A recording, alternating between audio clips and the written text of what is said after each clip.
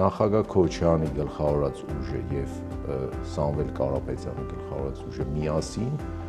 որակապես, քանակապես շատ արդեն առաջ են Փաշինյանի գլխավորած ուժից։ Ես չեմ բացառում, որ ասենք ընտրություններից 2 օր առաջ Ալիևը նույն ձև ասի, որ հունիսի 8-ին կլինի պատերազմ, եթե Նիկոլին չընտրենք։ Մերժել էին Սերժին, բայց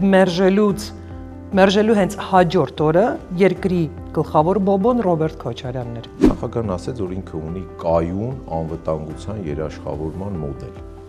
Ունի։ Եթե սրանք նախագահ Քոչարյանն ասում են նախկին, գիտեք, կա նախկին ու կա ժամկետանց։ Սրանք ժամկետանց են։ Սրանց մոտ սրանց ԿՊ-ների հետ եմ էլի։ Սրանց մոտ ասում են սարժանապատվություն, միանգամից ասում են պատերազմ։ Սրանց վարած արտաքին քաղաքականությունը իրանք անդադ ինչ-որ մեկին ինչ-որ մի բան ուզում են ֆռսնել։ Բոլորին կարող են չգրանցել։ Սրանց շատ չկա, սրանք կարող ասեն մենակ ԿՊ-ն են գրանցում։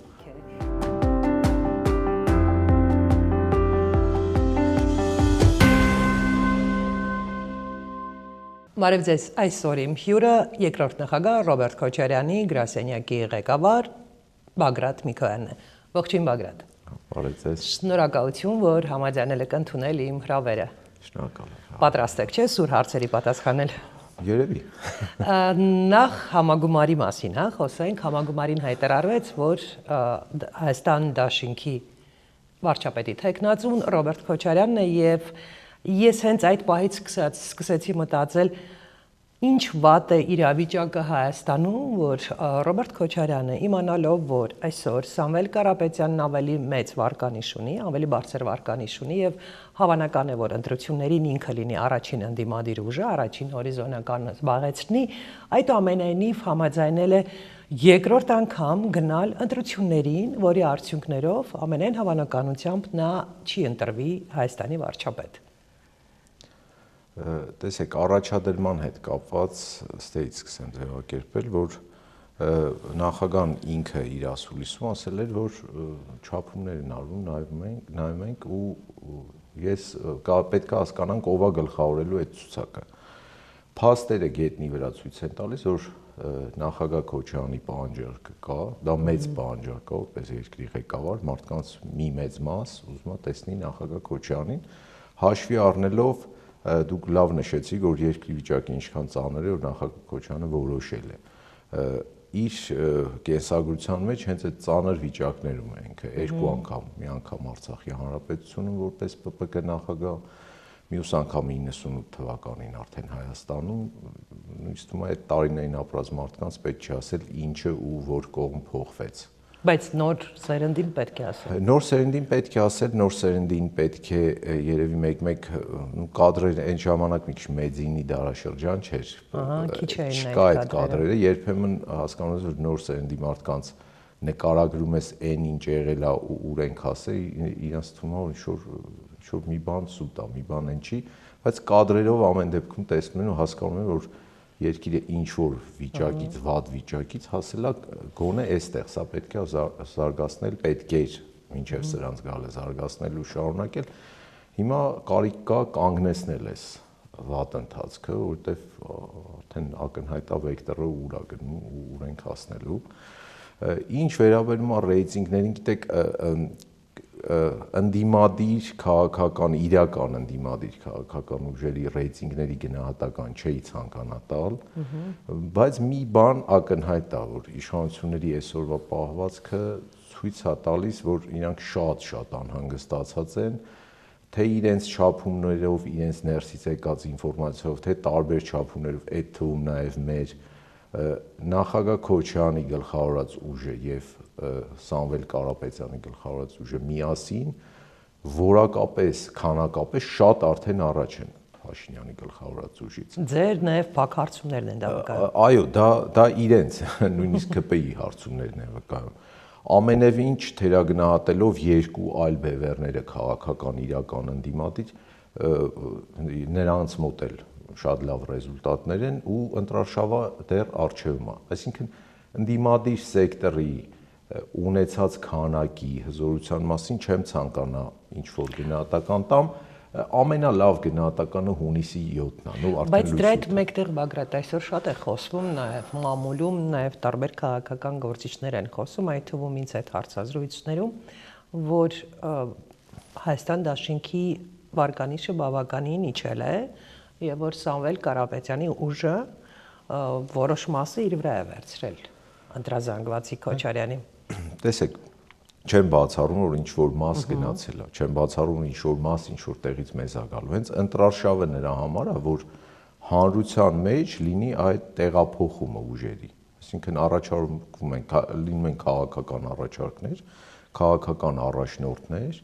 ու ըստ դրա մարդիկ, то есть եթե ստատիկ կլինի, այդ ընտրական ցիկլ, նախընտրական, դա պրոստը Դուք շատ հաճախ եք հավանաբար նաև հնարավորություն ունենում այսպես օֆլայն կամերաներից հեռու խոսել երկրորդ նախագահի հետ,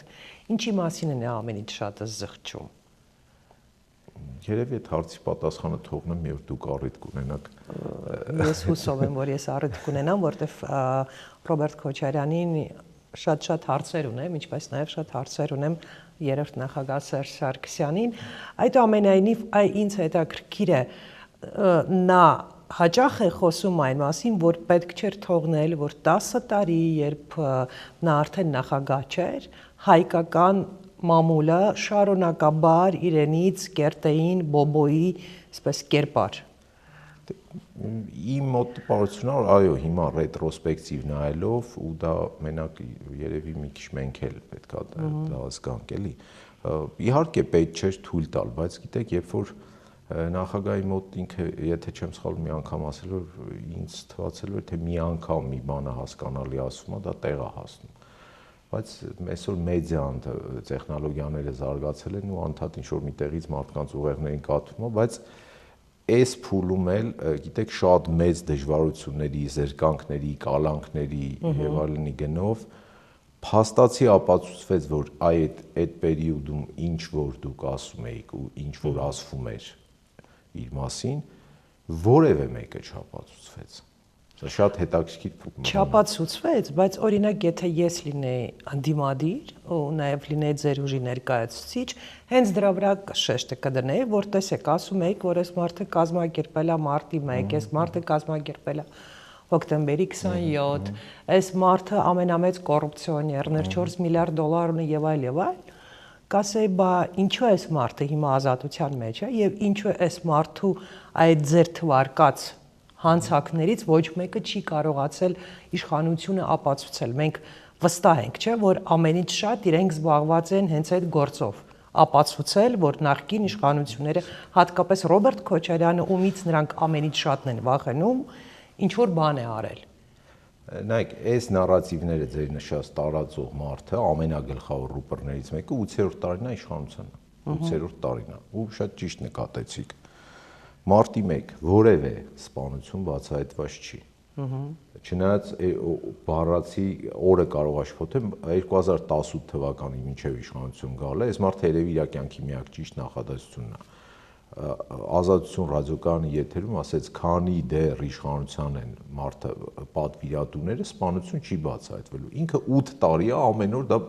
ապացուցում է, որ երևի իր կյանքի միակ ճիշտ ֆրազն էր։ Հոկտեմբերի 27 կատարողները նստած են ողջ առողջ։ Ես պատկերացնում իրենց հետ ինչպես են աշխատում այդ կալանավայրում եւ ես դա չգիտեմ, բայց փաստ կատարողը ողջ առողջ է, կատարողը իրաց տրամադրության տակ է փաստացի։ 4 միլիարդ չկա, նույնիսկ իրենց դատախազության այդ փչած, ուրցրած 4 միլիարդ դալիկոնից դա է, то есть տեսեք իրենք շատ դժվար է, այո, բանկ նախագահին ռուսերեն լավ բառ կա, էլի աբոլգննի, on աբոլգննի։ Բայց ի պատիվ իրեն դա իր էությունն այդ բնույթն է, նախագահը 18 թվականին շատ լավ իմանալով վերադարձավ։ Կարողացել են կերտել այդ բոբոյի կերպարը եւ այդուամենայնիվ ամենից շատ հենց իրենից են վախենում։ Դե իրենք Երևի չեն իրենք էլ վստահ չեն, որ կարողացել են այնպես կերտել այդ կերպարը, որ այլևս ոչ ոք Ռոբերտ Քոչարյանին չհավատա։ Այդ վախի հետ կապված վերադառնամ նախագահի առաջադրման ու ամենից մեծ ռեզոնանս առաջացրած, հենց առաջադման ճառի մեջ ամենից մեծ մեր կողմնակիցների հանրության են մի քիչ пассив լուր հատվածի մոտ ամենից մեծ պահանջարկ ու ռեզոնանս առաջացրած խոսքին, որ պատասխանատվություն լինելու է սրա համար։ Այդ դրա համար էլ վախենում են։ Եթե մարդ հիմա ինչու են շարունակում վախենալ, որտեվ նախագահ Քոչարյանը միակ մարդն է, ով այդ պատասխանատվության հետևից գնալու է։ Գիտեք, մի վատ օրինակ բերեմ, մենք այս տարիներին ինչ տեղի է ունեցել 5000 զոհը առնվազն։ Մեր հայրենիքի կորուստը, մեր շարունակական նվաստացումը, դեք բոլոր պետություններն են պարտվել, ես անընդհատ եմ կրկնելու, քարտեզի վրա չկա պետություն, որը պարտված չլինի։ Որևէ պետության պարտությունից հետո նման շարունակական ու անվերջ նվաստացման տակ չեն մտցրել։ Ու սրա համար պետքա լինի քաղաքական պատասխանատվություն եւ քրեական։ Հիմա դրա համար էլ վախենում եմ։ Հատկապես երեկվա Փաշինյանի հայտարարությունը, ինձ թվում է անդիմադիրները պետք է արձանագրեն եւ առաջինը հենց դա լինի, երբ որ մեղադրանք հնչի արդեն դատարանում, հենց սա պետք է ֆիքսել, որ այս մարդը իշխանությունը պահելու համար ընտրություններից 2.5 ամիս առաջ հայտարարել է, որ եթե ինձ չընտրեք, սեպտեմբերին պատերազմ է լինելու։ Ինչ է սա նշանակում։ Դու գիտես դրա մասին, քեզ դրա մասին Ալիևն է ասել, քեզ սպառնացել է այդ պատերազմով, եթե նման բան եղել է, ինչ ես դու նման ձևով դա հայտարարում, դրա համար լրիվ ուրիշ քայլեր է պետք անել, իսկ եթե նման բան չի եղել, ինչ ես դու ահաբեկում բնակչությանը։ Դատական փուլի վերաբերյալ չգիտեմ, որ ապացույցների որ մասն ավելի շատ է լինելու, բայց որ ապացույցների պակասություն չի լինելու, դա հաստատ է։ Այդ դրվագով ձեր ասած ինքը դասական շանտաժ է, դասական։ Ես չեմ բացառում, որ ասենք ընտրություններից 2 օր առաջ Ալիևը նույն ձև ասի, որ հունիսի 8-ին կլինի պատերազմ, եթե Նիկոլին չընտրեք։ Արդեն հասնեն այդտեղ, էլի պան Առաստայոշի։ Սա դասական շանտաժ է, այդ մարդը իր լրագրողական կենսագրությամբ ունենք նաև հայտնի վկայություններ, չէ՞ որ ինչ-որ բանա գրել, իրան սկսել են փող տալ, որ չգրի եւ այլն, ոնց է շանտաժ արել, կգրեմ, եթե չտակ կգրեմ։ Հիմա ասում եմ, եթե ձայն չտակ, պատերազմ կլինի։ Սխեման իր կենսակերպի սխեման չի փոխվել։ Ու գիտեք, ինձ թվում է ինքը արտաքին խաղացողների հետ էլ փորձել է տոնով խաղալ։ Ու դրա համար հայտնվել ենք այնտեղ, որտեղ որ հայտնվել ենք։ Բագրատ, տեսեք, մենք արտաքին հարցերին դեռ կանդրադառնանք, երբ որ Փաշինյանն ասում է չլինեմ ես, կլինի պատերազմ, սրան արդյոք ձեր ուժը չի կարող արձագանքել հետևյալ ձևով, որ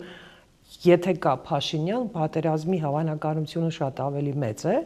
որտեղ օրինակ եթե լինի Քոչարյանը Հայաստանի ղեկավար կամ ցանկացած այլ մարդով չի պարտվել Ալիևին, պատերազմի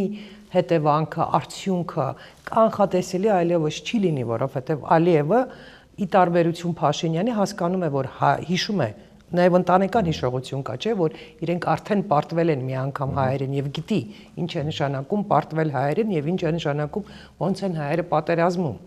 Չեք կարծում, որ նաև սա է պետք ասել, որ եթե Քոչարյանը հաղթի ընտրություններին, Ալիևը հաստատ պատերազմ չի սկսի, կոնե նրա պատճառով, որտեղ կվախենա սկսել այդ պատերազմը։ Իհարկե պետք է ասել ու նորից վերադառնամ նախագահի ուղենիշային ելույթին։ Նախագահ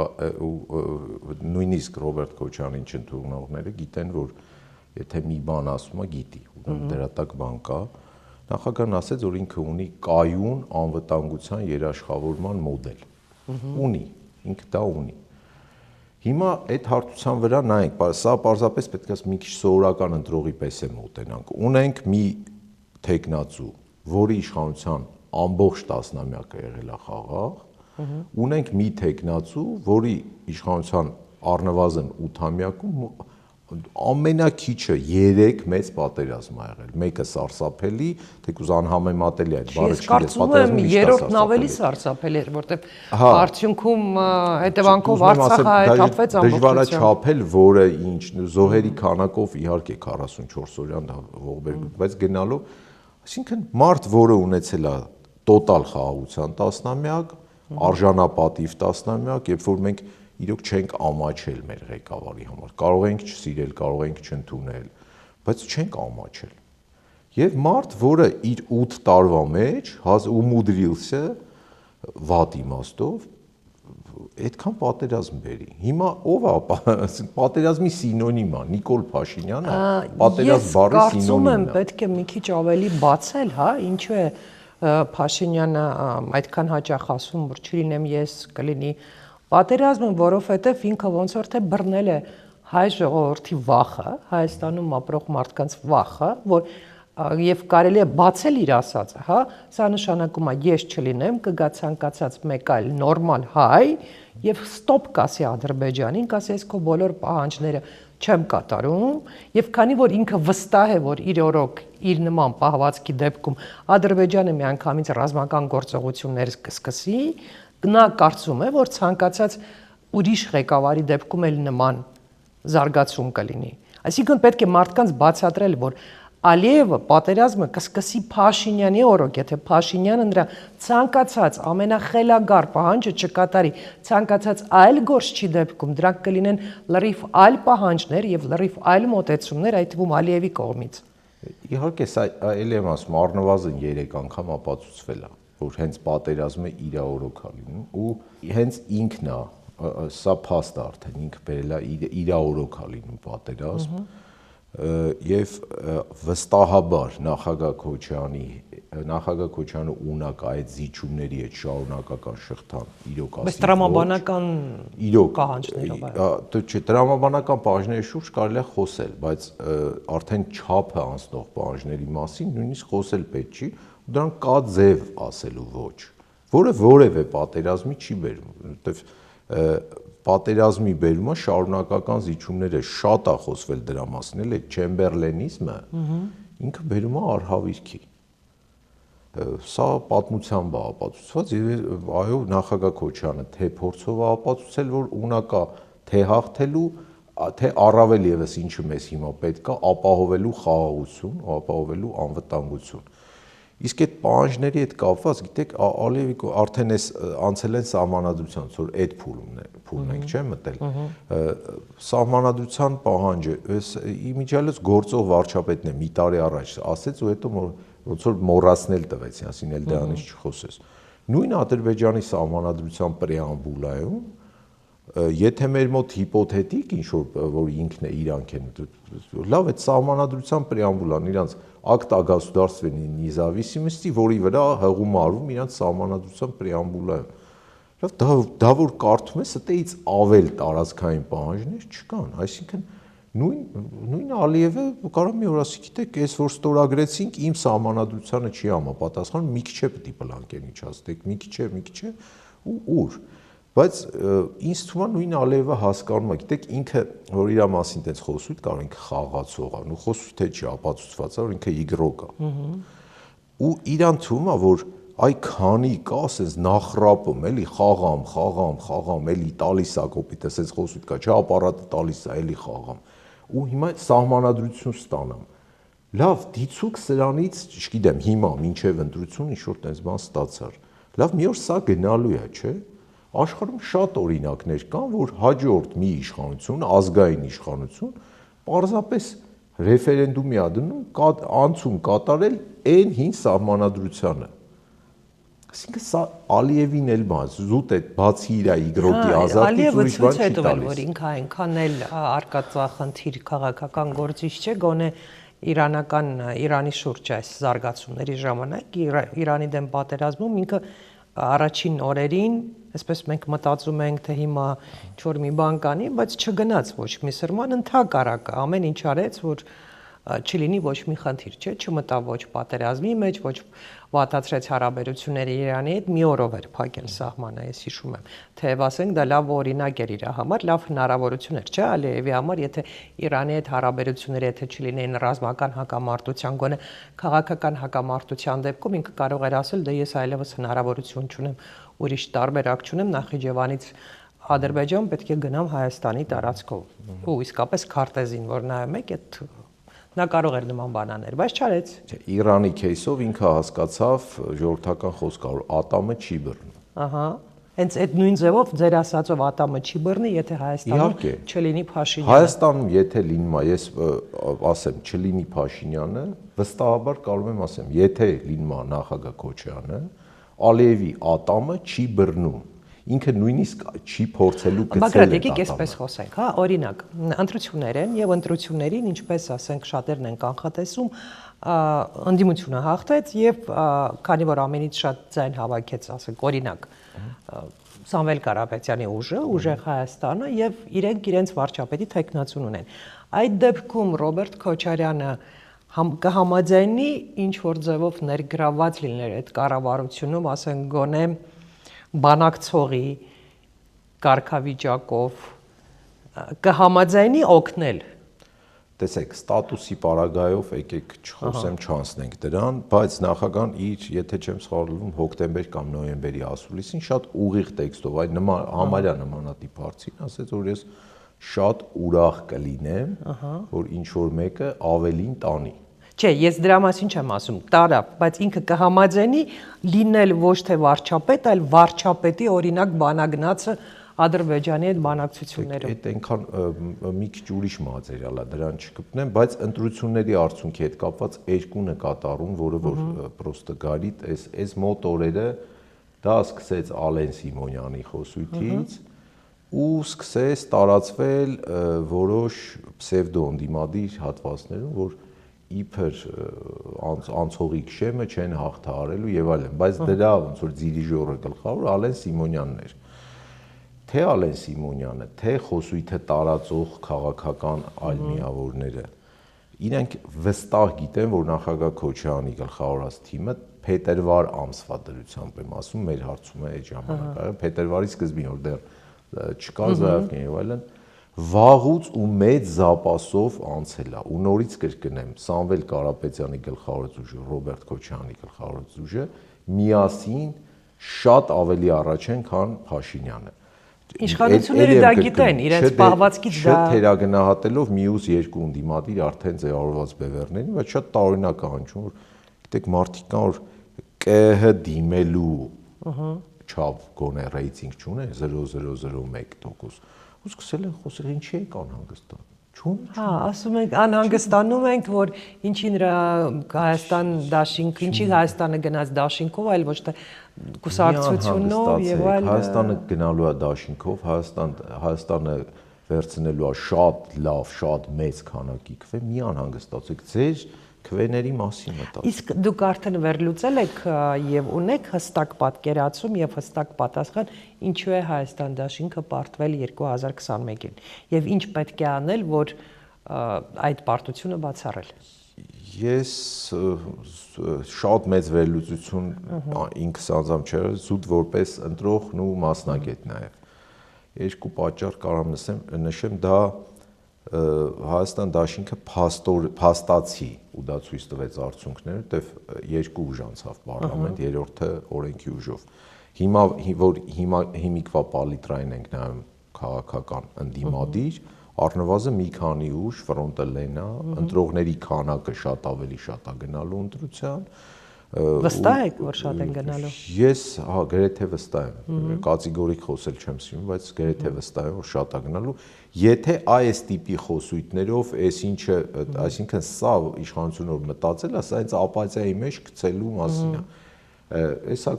Ռոբերտ Քոչարյանի գլխավորած ուժով կտարածեն, հետո կանցնեն մյուսին, ասես տոչնի բոլորի ընտրողներին պիտի ապաթիայի մեջ գցեն, որ քիչ մարդ գնա։ Մարդիկ եթե գնացին ու գնալու են, այսինքն եթե ապաթիայի կուտը չուտեն տարբեր տեղերից եկող, գնալու են ու հաստատ լրիվ ուրիշ 21-ի պարտության հիմնական պատճառը ապաթիան էր։ Ապաթիան չէր, քաղաքական մի միավոր էր, որը ամբողջ ֆրոնտը ծածկել էր։ Ամենևին չեմ թերագնահատում մյուս ընդդիմադիրներին, բայց նույնիսկ մաթեմատիկան ցույց տվեց, որ մի ուժ է անցել փաստացի, մի իշխանություն եւ մի ընդդիմադիր ուժ, ու ցավային շոկի էլեմենտը դեռ կար։ Այսինքն ցանկացած նույնիսկ սովորական կյանքում հենց նոր շատ մեծ ցավ ապրած օրգանիզմին, լավ sense ասենք,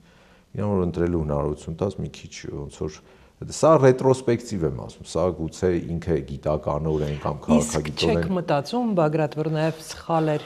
Հայաստան դաշինքի ռազմավարությունը նախընտրական այդ շրջանում 21 թվականին, որ դուք չփորձեցիք նաև բնակչությանը բացատրել, որ Ռոբերտ Քոչարյանը երկրի նախագահ էր ավելի քան 12 տարի առաջ, եւ երբ որ ասում եք նախկին, ինքը շատ հեռու նախկին է։ Այսինքն, երբ որ դուք խոսում եք նախկինների մասին, այդ խոսացողների մեծ մասը Ռոբերտ Քոչարյանի օրոք կամ փոքրիկ երեխա էր, կամ էլ շատ երիտասարդ։ Այդ նախկինի տակ, երբ որ իրեն քննադատում են Սերժ Սարգսյանին, այդ նույն հասարակական կազմակերպությունները եւ այլ, նրանց մասին Հայաստանում սովոր են ասել գրանտակերներ, նրանք քննադատում են 10 տարիները, որի նախագահ Սերժ Սարգսյանի տարիները եւ ոչ թե Ռոբերտ Քոչարյանի տարիները, բայց դուք որևէ հայտարարություն չարեցիք, որ դուք պատասխանատու չեք այդ 10 տարիների համար։ Դեք այդ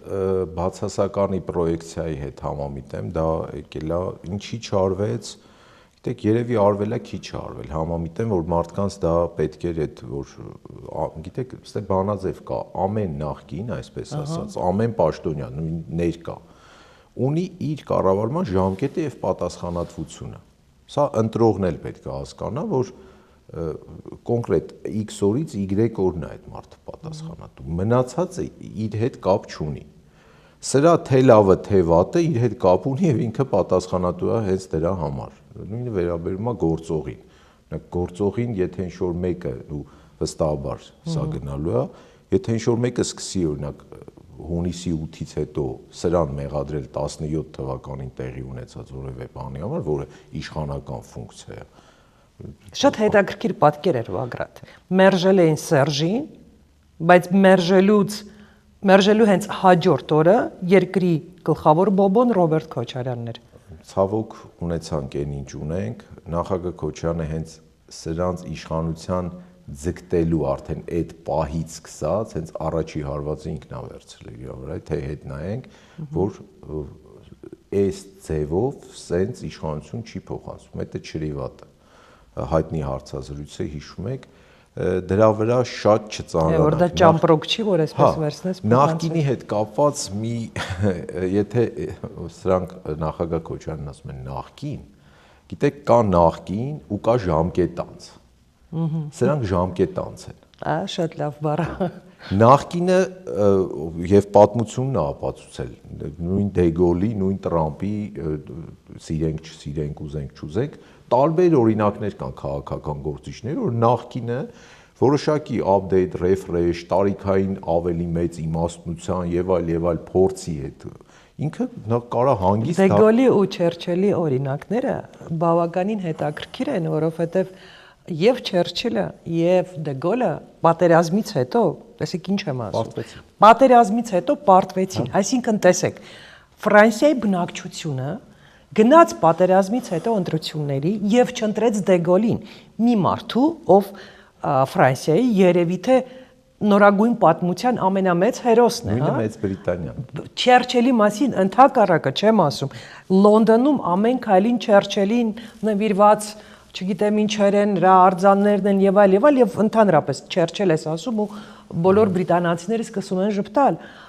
Չերչիլին չեն ընտրել 45 թվականին, չեն ընտրել, թե 40, по-моему 9-ներ։ Չէ, 5-ին Տրումեն բան փոխվեց։ Չէ, մի րոպե, Ամերիկայինը փոխվեց, մի հատ հենց հիմա ստուգենք, ասա շատ հետաքրքիր է ու ասենք Ահա Չերչիլ, հա, ինքը Ֆուլտոնսկի իրեջի ժամանակ Չերչիլը չի 46 թվականին ինքը Ֆուլտոնսկի խոսքն ասել, այն ժամանակ ինքը չի եղել արդեն Մեծ Բրիտանիայի վարչապետ, այսինքն պատերազմից անմիջապես հետո։ Եվ հիմա նույնն էլ ասենք հայաստանցիները, հա, խոսում են, որ սա բոբոյա SNN, բայց իրականում կանցնեն տարիներ եւ պատմությունը իր գնահատականը կտա։ Աստված տա, որ մենք ունենանք պատմության դասագրքիր։ Կանցնելու են ամիսներ եւ մարդիկ տեսնելու են այն, որ իրանց գլուխը 10 քանի տարի լցրել են տարբեր տեսակի անիմաստ ու սուտ բաներով, տեսնելու են նախագահ Քոչարյանի տված ռեզուլտատները, տեսնելու են այդ ամուր խաղաղությունը, տեսնելու են այդ արժանապատվության վերականգնումը, սրանց մոտ սրանց ԿՊ-ների հետ եմ էլի, սրանց մոտ ասում ես արժանապատվություն, միանգամից ասում են պատերազմ, չէ, արժանապատվությունը պատերազմ։ Բայց Քոչարյանի դեպքում Կակրած արժանապատվությունը պատերազմի բացակայությունն է։ Բայց նախագահ Քոչարյանի դեպքում գոնե ես շատ կուզենայի, որ Ռոբերտ Քոչարյանը մի փոքրիկ coming out աներ, հա, ժամանակակից լեզվով ասած, եւ խոսեր նաեւ իր բաց թողումների մասին։ Ես ամեն դեպքում ես նախագահի մոտ անկեղծ այս զրույցը որևէ տաբու անկեղծ խոսելու ինչ որ բանի մասին խոսելու ես որ չեմ նկատել։ Ու նաեւ երկրորդ իմ, ասենք, ինչ հարց ես կուզենայի տալ երկրորդ նախագահին, հիմա իրան չեմ տալիս, ձեզ եմ տալիս 2024 թվականի հունիսից հետո, Սրբազան շարժումից հետո, մինչ այսօրը գրեթե արդեն 2 տարի չի եղել ոչ մի փողոցային շարժում, փողոցային ակցիաներ չեն եղել, բողոքի ակցիաներ չեն եղել եւ այս 2 տարում իշխանությունները Փաշինյանը արել է ամեն ինչ ցանկացել է։ Ասենք նախկինում նա ինչ որ մի բան անելուց առաջ երևի կվախենար, որ կսկսվի փողոցային ակցիա։ Երբ այդ ակցիաներն այլևս չկան, նա ամեն ինչ արել է։ Արել է, կարծես թե այն ժամանակը ինչ որ մի ժամացույց է դրել, նայել է, ասել է, հələ մի օր էլ ունեմ, էս էլ անեմ, ու ոչ մի իր հայտարարությունը չի բերել փողոցային ակցիայի, բողոքի ակցիայի, ու ասենք հայաստանցիները, օքեյ, ընդդիմությունը մասնավորապես ձեր ուժը, չէ, ասում եմ մենք գնում ենք ընտրություններին եւ իշխանությունը վերցնելու են ընտրությունների միջոցով, բայց դրսից, երբ որ հետևում են այս ամեն ինչին, ստացվում է, որ Հայաստանի բնակչությունը բացառապես հաշտ է Փաշինյանի քաղաքականության հետ։ Չէ, դրսի ամենևին, այդ հաշտ չլինելը ամսի 7-ին երևալու է։ Գիտեք, հաշտ չլինելու երկու տարբերակ կա՝ լուր հաշտ չլինել մինչև X գործողության օրը, որը ընտրությունն է, ու հաշտ չլինել փողոցներում։ Իսկ ինչու դուք հրաժարվեցիք փողոցային պայքարից։ Գիտեք, փողոցային պայքարը այն ուժը, որը որ եղել է փողոցային պայքարի լիդերներից մեկը, գիտեք, ինչ որ պահ կա այդ փողոցային պայքարը չի լինում, այսինքն ամեն փողոցային պայքարը մի պահի ստացվում է, լինում է, կա այդ ցասումը դուրս գալու, մի հանրության հետ ամեն դեպքում գործ ունենք, ինքը մեխանիկական բան չի։ Եվ մի պահ այդ նույն ցասումը փակվում է իր մեջ, որոշում, ոչինչ չի փոխվում, ընկալում չի փոխվում։ Բայց սա հանրային օրգանիզմ է, ես դրա մասնագետը չեմ, որ լավ խորույն, բայց ցասման տարբեր ձևեր կա։ Մի ցասումը դա փողոցն է ակտիվ գործողություն, մյուս ցասման տեսակ որ դա ներսն է, սпасելով X օրվան, երբ որ հիմա դիմացը ընտրությունների օրը, ես վստահ եմ շատ մարդիկ, ինչի են վստահ ընտրությունները։ Եթե այս կեղծ խոսույթներով, այս ստից ալենածին խոսույթներով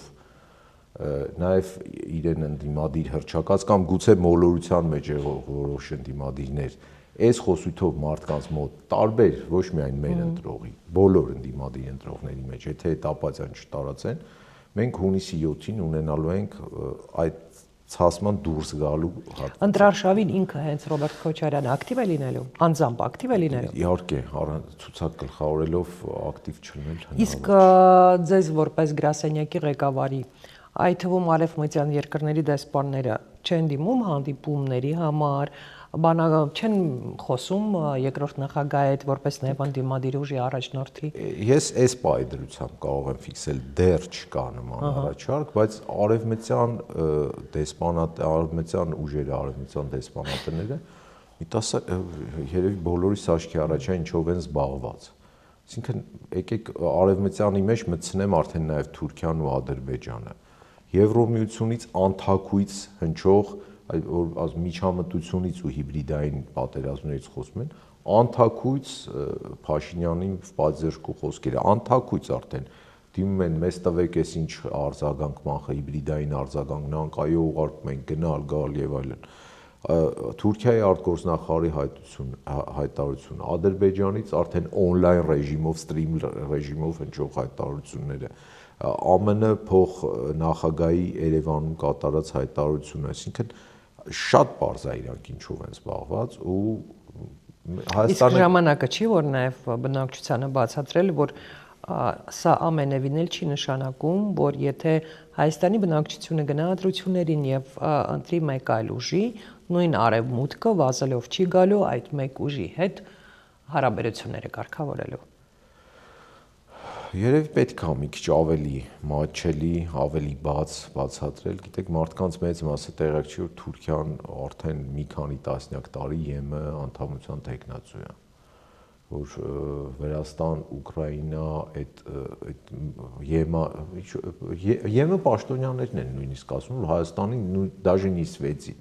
այսինքն տեսանելի ապագա։ Okay, անդամակցությունը նիսվեց, բայց օրինակ եթե մայիսին Հայաստանում Եվրամիության ներկայացուցիչները հայտարարեն, որ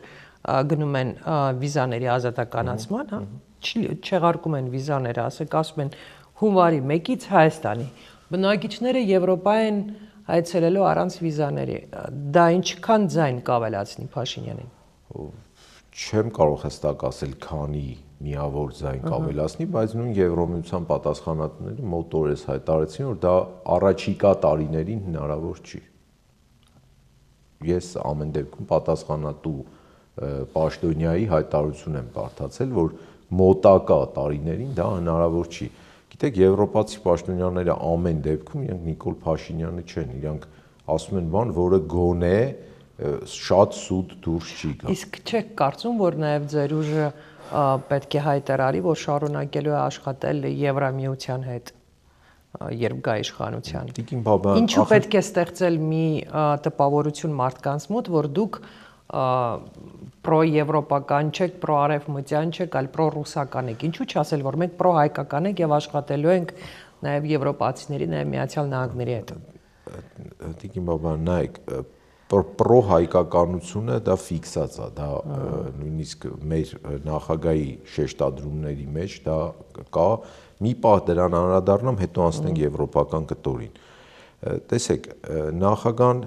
միակն է իր գլխավորած ուժը, որ խոսում է պատասխանատվության հստակ, հասկանալի, պարզ պատասխանատվության մասին։ Խոսքը չի գնում քաղաքացիների քաղաքացիները մեղավոր չեն ու չեն կարող լինել, որ ընտրել են Նիկոլ Փաշինյանին, որը շատ լավ սուտ է խոսում, պրոֆեսիոնալ։ Դա քաղաքացիների հետ կապ չունի, դա քաղաքական որոշումներ կայացնողների հետ կապ ունի։ Միակն է, որ խոսում է պատասխանատվության ենթարկելու մասին։ Միակն է, որ ազգային հենց կոնկրետ արժեքների ու ազգային սիմվոլների պաշտպանության համագումարում Արարատի ամբողջ բույլի մասին է խոսում եւ Արցախ մեր հայրենակիցների վերադարձի իրավունքի պահպանման մասին։ Դեք ուժեր կան վախում են դա ասել։ Վախենում են, չգիտեմ ինչի որ իրանց ԿՊԱ-կան ինչ-որ մի հատ թերուս կմեղադրի պատերազմ բերելու մեջ։ Նախագահ Քոչարյանը պատերազմ չի բերելու։ Նախագահ Արևմուտքից խոսենք չի բերել։ Անցնենք արևմուտքին։ Վերաբերմունքի։ Նախագահի իշխանավարման պաշտոնավարման տարիներին եթե նայենք քանի անգամ է տարվա մեջ Բրյուսել ու ԵՄ, ԵԽ այցել, ԵԽ-ն լավ անդամ է։ Այն ժամանակ Եվրոպան այսպես վատ հարաբերություններ չուներ Ռուսաստանի հետ, հա, եկեք մինչև 2008 թվականը մինչև Ռոբերտ Քոչարյանի ժամկետը լրանալը Եվրոպան եւ Ռուսաստանը լուրջ համագործակցում էին, Ռուսաստանը նույնիսկ դեսպան ուներ ՆԱՏՕ-ում։ Շատ լավ, բայց ինչի ենք մենք նորից համագումարից մեջ բերում անեմ, ինչի ենք մենք հայտնվել այդ մեծ պետությունների բախման կետում։ Ահա, այդ դրանից խոսենք, ոնց կարելի է անել, որ եւ լինել լավ եւ Եվրոպայի հետ եւ հանգիստ ոնց արվել է մոտարապես նույն մոդելով, մի քիչ ժամանակի հետ ապդեյթ անելով, կարելի է անել, որ ոչ թե հայտնվել այդ բախման կետում, այլ շահերի համադրման։ Իրենք հիմա էլ շահերի համադրման փոքր կետեր ունեն, չէ՞։ Պատերազմ չկա, չէ՞, Ռուսաստանի ու Եվրոմիության միջև չկա։ ՆԱՏՕ-ի Ուկրաինա։ Ուկրաինան ուրիշ քեյս է, դա Եվրոմիության տարբեր համագործակցության կետեր կան, չէ՞, կամ բախման 50 կետ, դիցուկ եւ իրար հետ շփման ու համադրման 4 կետ։ Լավ, եկեք չհայտնվենք այդ բախման կետերում։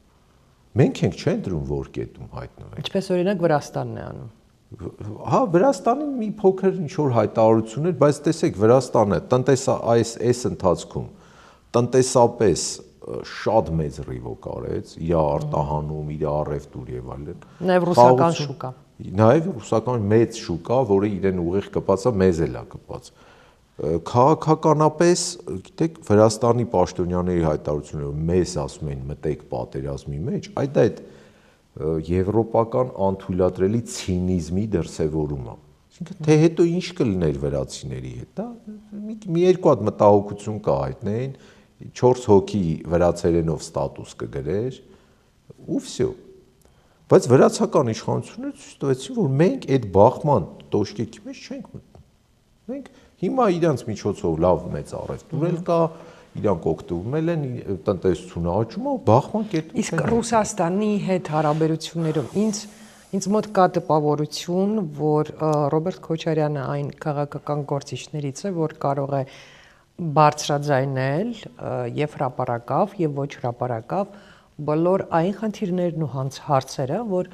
Հայաստանի բնակչությունը ունի Ռուսաստանի իշխանություններին։ Ես ճիշտ եմ։ Ինքը հասկանում է Ռոբերտ Քոչարյանը նաև իր այս մամուլի ասուլիսներից ինձ մոտ տպավորություն է ստեղծել, որ ինքը հասկանում է, որ այո, Ռուսաստանը այդուամենայնիվ ճիշտ է Հայաստանի բնակչության մի մասը, որ իրեն չի պահել այնպես, ինչպես պետք է պահի ռազմավարական դաշնակիցը։ Ռուսաստանի հետ պետք է խոսել ռուսական մշակույթի, կուլտուրայի, հանրության ընկալումների հետ, վստահ եմ դուք եք ծանոթ։ Ինչպես նաև բոլորի, բայց առավել ևս Ռուսաստանի պետք է խոսել ուղիղ, հստակ, պարզ, լսել ուղիղ, հստակ, պարզ։ Բոլոր այս ՔՊԱ-կան խուճուճությունները բերում են այսենց վիճակի։ Կարելի է բոլոր այս ցավոտ հարցերը պարզ խոսելու բaragայում, պարզ, հանգիստ, առանց խաբելու, առանց ինչ-որ խուճուճ բաներ անելու։ Կարելի է ունենալ, ու դա էլի եմ ասում, ոչ միայն Ռուսաստանը, բոլորին, որ տեսնում եմ սրանց վարած արտաքին քաղաքականություն, իրանք անդադ ինչ-որ մեկին ինչ-որ մի բան ուզում են ֆռսնեն։ Այդ քաշը մենք չունենք, մենք այդ չափը չունենք, որ սկսենք ինչ-որ մեծ ուժերի, սկսել ինչ-որ բան այդ արտաքին քաղաքական շուստրության պոտենցիալը չկա մեր վրա։ Դադարեցրեք։ Սա լավ տեղ չի տանում, լավ տեղ չի բերել արդեն։ Կարա շատ ավելի վատ տեղ տանի։ Մեր ժամանակը արդեն լրանում է, մի քանի ևս հարց ունեմ, Բագրատ։ Եթե ուզում եք շարունակեք, այո։ Չէ, մի հատ հարց կա, մի հատ ֆիքսեմ իրա, լավ, հետո բանում։ Տեսեք, ուրեմն ինչ եք կարծում, այնինչ տեղի ունեցավ, մենք Արցախը կորցրել ենք դավաճանության, թե հիմարության պատճառով ըստ ձեզ։ Այս այն դեպքն է, որ հունիսի 8-ից հետո, գիտեք, կարծիքներ ունեմ ես չեմ ուզում իմ կարծիքը պարտադրեմ։ Դա դավաճանություններ, հիմարություններ, թե սմես էր, կարար երեքն էլ լիներ։ Այն, որ սրանք, գիտեք, եթե մի առիթով նախագահն էլ ասել, որ եթե Թուրքիայի ներկայացուցիչ կառավարեր, համարյա նույնը կաներ։ Տեսեք, ամսի 8-ին ու հենց իրանց սարսափը դրանից է, հենց պատասխանատվության մասին որ խոսում են դրանից է։ Ամսի 8-ից հետո կլինի դա։ Ու ես ուզում եմ մարդկանց բոլորին, հանրությանը տեսանելի լինի դա։ Եկեղեցու հետ կապված իր այս պայքարի փլուզումը, պայքարով կավիճկը, լավագույն ապացույցն է, որ հանրությունը իրան չի ընկալում։ То есть այդ իր շրջիկ խմբով, տեսեք, դա այդ արդեն դադարեց։ Ինքը հասկացավ, որ դա եթե չկար հանրային պատժ կա, ինքը պարտվել է, ինքը զգաց որ այդ հանրային պատժը չկա։ Բայց ինքն էլ շատ վտանգավոր է պարտվել, Բագրատ, եկեք համաձայնեք, որ ինքը եկեղեցու պայքարը Հայաստանում պարտվելուց հետո եկեղեցու դեմ պատերազմը հանել է արդեն, այսպես ասեմ, միջազգային շուկա եւ այն հայտարարությունները եկեղեցու հասցեին, որ նա հնչեցնում է տարբեր միջազգային ամբիոններից, շատ ավելի վտանգավոր են, քան դա երբ որ ներքին հայաստանյան գործ էր։ Նորից պատասխանի մեջ վերադառնամ այդ եվրոպական կտորին։ Գիտեք, ԵՄ խորհրդարանում կանգնել, նման բաներ խոսել, դա իրեն թույլ են տվել։ Այսինքն ցանկացած պետությունում իր այս նույն Ինչ է նշանակում թույլ են տվել։ Իրեն նախորոք ասել են նման հայտարարություններ, չեմ կարծում։ Ինքը գիտի, որ դա կարա անի ու որևէ Եվրոմիության որևէ լուրջ ուժ ներկայացնող падգամավոր չի կանգնելու իրան հարցնի ելույթից հետո սահմանադրությունը ուղիղ խախտում է, ես ինչով է զբաղված։ Այսինքն ինքը գիտի որ դա իրան թույլատրելի է։ Ոչ ոք ուշադիր չի լսել նրան։ Չգիտեմ, ծափահարություններից չի ասի։ թեկուզ այդ ծափարություններն էլ գիտենք ունեն տանում, մի քանի հոգու տարել են, էլի։ Բայց գետնի վրա այստեղ ինքը եկեղեցու դեմ կռիվը պարտվել է այն պատճառով, որ հանրային աջակցություն չունի ինքը այդ պայքարում եւ ընդհանուր հանրային աջակցություն չունի ու իրենց այս ներվերը, գիտեք, այս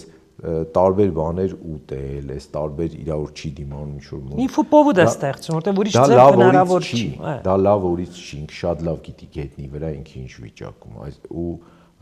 գիտեք, իր պարտությունը պարզապես ֆիքսվելու է ամսի 8-ին։ Ինչ է կանելու ամսի 8-ի առավոտյան ցերեկը գնալու եք հանրապետության, ես օրինակ ասում եմ գնալու եմ հանրապետության հրապարակ եւ շամպայի խմեմ։ Ես դեռ չեմ որոշել, ունակ կլնեմ, կարող այնքան հոգնած լնեմ, չկարենամ խմեմ, բայց մի հատ լավ խմել արժի։ Ամեն դեպքում ունենանք առիթ ամսի 8-ին խմելու։ Հետո պետքա, գիտեք, հետո ամսի 8-ից հետո բացվելու է մի տեսարան, մենք դեռ հիմա սրանց փորած փոսի չափը չենք տվենք, վերևից ենք տեսնում։ Այդ առավոտ կարող է այդ փոսը բացվի ու պրոստը ձեռները պետքա կշտել, բոլոր առողջ ուժերով խելքի տալ ու դուրս գալ ու ես վստահ եմ, որ հնարավոր է։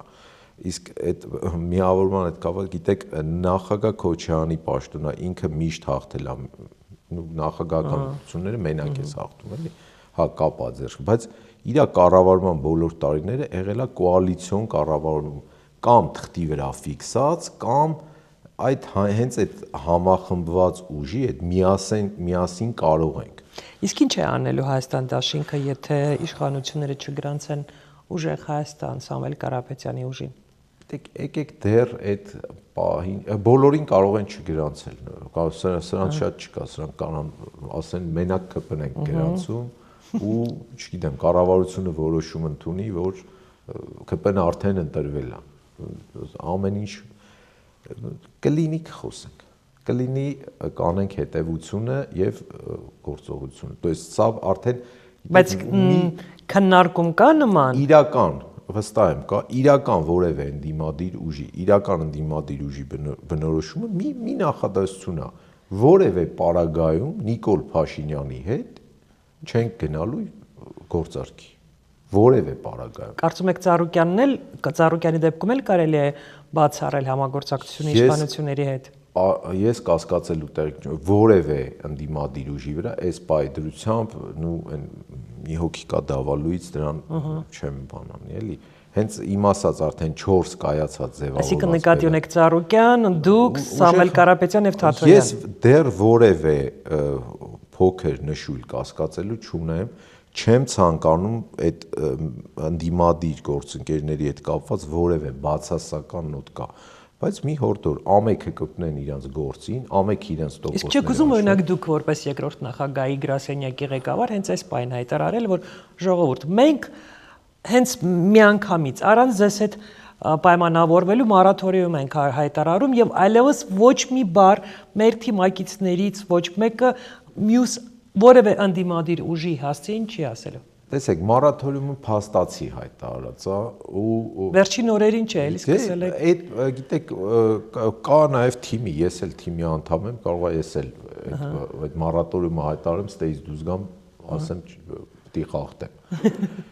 Եկեք չխախտեք, ասեմ, եկեք անենք այնպես Ալեն Սիմոնյանական նարատիվներ, Նիկոլ Փաշինյանական նարատիվներ, ընդդիմադիր որևէ ուժ չտարածի, չզբաղվի դրանով, դա անմխիթար ու բան այդպես մի տեսակ զզվելի հոտ ունեցող գործ է։ Բոլորը լծվեն իրենց աշխատանքին, արցանագրեն, ընտրողից ստանան այն քվեն, որ իրենց տալիս է հնարավորություն ամբողջովին հաղթել, համագործակցության X ձևաչափ ունենալ, աշխատեք, ստացեք այդ քվեն, հետո արդեն պարզ կլինի ինչու ոնց է։ Okay, ես նույնիսկ առաջարկել եմ այսօր գրառում եմ արել Facebook-ում, որ ընդդիմադիրներ ջան, գնացեք գրախանութ, գնեք նոթբուք, մեջը գրեք այն ինչ ուզում եք ասել մյուս ընդդիմադիրների հասցեին եւ կբացեք, կկարդաք, կասեք հունիսի 7-ից հետո, երբ որ Նիկոլ Փաշինյանն այլևս իշխանություն չլինի։ Հիմա լռեք։ Բագրատ, պատկերացրեք, որ դուք այս պահին կանգնած եք հրապարակում եւ հնարավորություն ունեք մարդկանց, ովքեր դեռ չեն որոշել գնալու են ընտրությունների, ինչ այն գնալու, ում են ընտրելու, ասել այնպիսի մի բան, որ այս մարդիկ ձեր պատկերացմամբ իսկապես ասեն, այո, գնում ենք ընտրություններին։ Ինչ կասեք, ամենակարևոր թեզը ինչ կասեք ընտրողներին, ինչի պետք է հայաստանցիները գնան ընտրությունների։ Ինչ պետք է գնան ընտրությունների, թե ինչի պետք է ընտրեն հայաստանցիները։ Եվ Ընտրությունների գնալը, գիտեք, դա մի տեսակ մեր մոտ որպես իրավունք է դիտարկվում, բայց դա պարտականություն է։ Այս պահին հատկապես ֆորս մաժորային ընտրությունների։ Հիմա էլ է պարտականություն, ու ինձ թվում է պետք է օրենսդրորեն բերել իրան մի տեսակ պարտականության դաշտ, որ